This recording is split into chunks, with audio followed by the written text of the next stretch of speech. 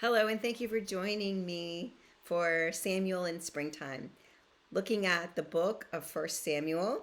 And today, Wednesday, May 5th, Cinco de Mayo, we are looking at the fifth chapter in that book.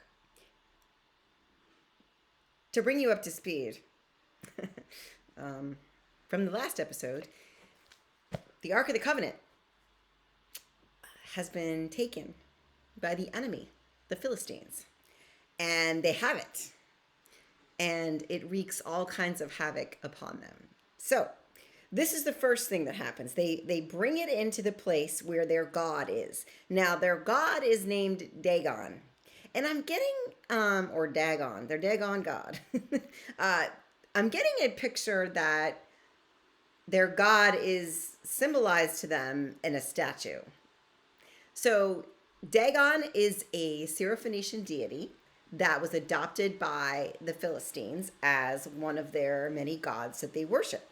And so they bring the Ark of the Covenant into the space at the Temple of Dagon, or the Dagon Temple. Having too much fun with it. And the hand of the Lord is heavy upon them. So what happens is that really means there's some kind of plague. And I think what happens is they get tumors. That's what it's saying. And then people get tumors and people are sick somehow. Like there's a plague happening, like the plagues that happen in Exodus. And Dagon. I don't know how big he is. I don't know what he looks like or she or whatever, but it topples. And they went into the temple and they found it face down. And they were like, oh no, what happened? And I think they propped it back up.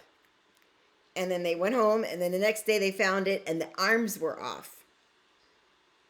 And they were just like, we can't do this anymore. And everybody's getting these tumors. And so Dagon falls down, loses his arms.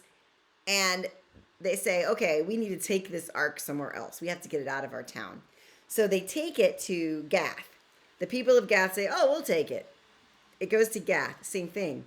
Plague, tumors. They take it to Ekron. Ekron says, we'll take it. Same thing. Plagues, tumors. So they decide they can't keep it anymore. They've got to send it back to Israel. So that's what they end up doing.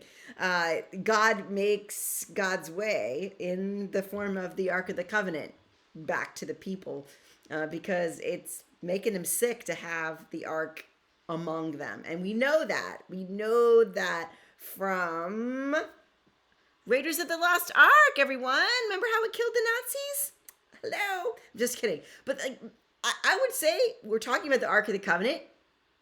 Go look at that film. To me, it's midrash.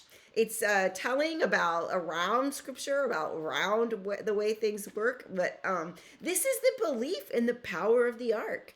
It has the ability to smite those who would touch it even or get near it. And it has power. It apparently didn't help them in battle. And I'm wondering now, is God disappointed with the people of Israel that they failed to protect the ark and keep it in their own hands? But it seems to me like, no, God's like, it's okay.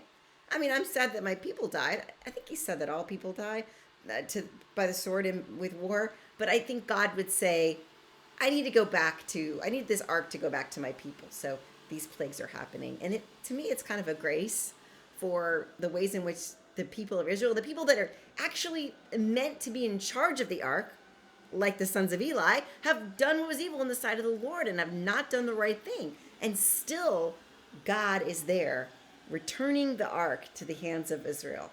So we see where it goes in the near future. They have to find a way to get it back to Israel. And that's the really creative part. But that's in chapter 6, and it's for tomorrow. God bless you.